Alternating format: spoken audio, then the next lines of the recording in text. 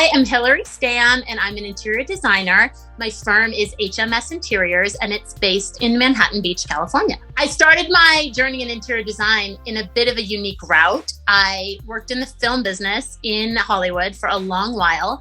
I worked for the chairman of Sony Pictures, and we made a lot of big major motion pictures. One of my favorite experiences there was working with Nora Ephron and Nancy Meyers. And if you are a fan of design, you would know who Nancy Meyers is because her films are aesthetically gorgeous. So when I went to build my own house, I kind of went back to what I learned in the business of design through film and used that to build my own house. And then everything kind of took off from there. I realized, wait, I could make this into a business. So I went back, I studied some things, I got some jobs in town, and then my house kind of became a jumping off point for a career with a business background and an artistic background in film that I then kind of transferred to interior design. Nancy Meyers did Something's Gotta Give, a great film with Diane Keaton. She also did It's Complicated. And if you need a good date night, I strongly recommend either of those just for their they're amazing rom-coms with a lot of depth, but B, have amazing design. And they're filmed in homes that anyone would want to live in.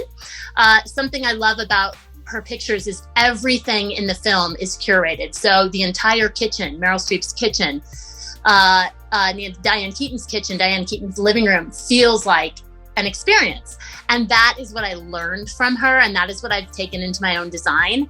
When I do your house, I want it to feel like an experience, like you've just walked into a movie set or someone leaves dinner at your house and says, oh my gosh, that house has such soul to it.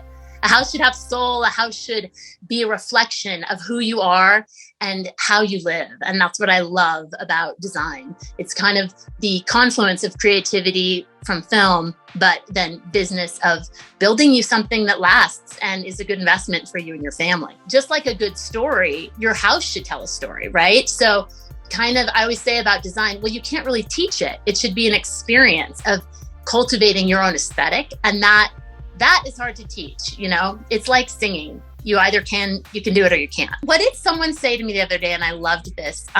Great design is like a good boyfriend. You never forget him. And I loved that. I was a new mom of 3 and I didn't really have time to go back to school full time. So I kind of just hit the ground running, took classes, and, I love to say failed up. I think that especially there's so many things, especially for women who have children at home and want to do something where they can build their own business. I took a lot of my experience I went to Stanford University. I studied a lot of film and business, and I took my experience from that and just was able to pivot it into design. There's actually a lot of overlap there. Being organized, being able to run a budget, being able to see that other people don't maybe have the creative eye, and that's why they hired you, and to understand people and how to make people feel good about what they're doing, because you're spending a lot of their money and it should be what they want. And so kind of the juxtaposition of those things kind of made me, for lack of a better term, excited about this kind of new venture where it could be mine and not working for a large corporation.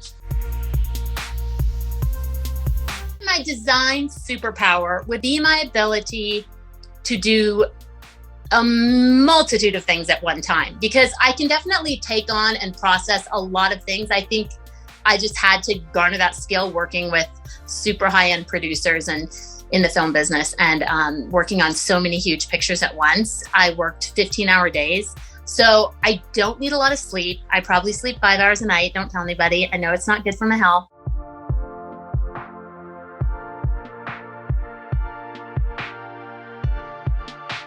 Dream client would be Oprah, because who wouldn't want to work with Oprah?